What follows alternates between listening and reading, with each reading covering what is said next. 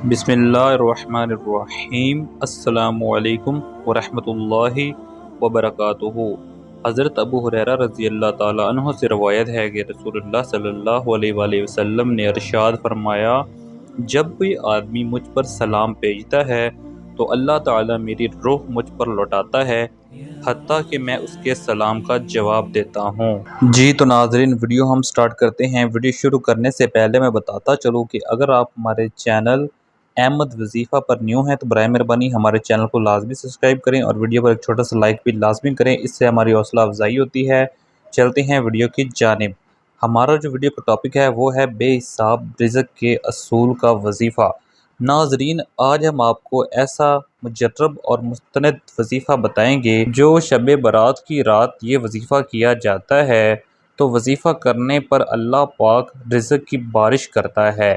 عمل اس طرح کرنا ہے، آپ نے 7 دانے جوں، چاول یا گندم، ان اناج میں سے کسی ایک کے بھی 7 دانے لے کر ہر دانے پر باری باری 70 مرتبہ یا رزاقوں کا ورد کرنا ہے، اور پھر ان دانوں کو محفوظ کر کے الماری میں یا کسی محفوظ مقامات پر رکھ دینا ہے۔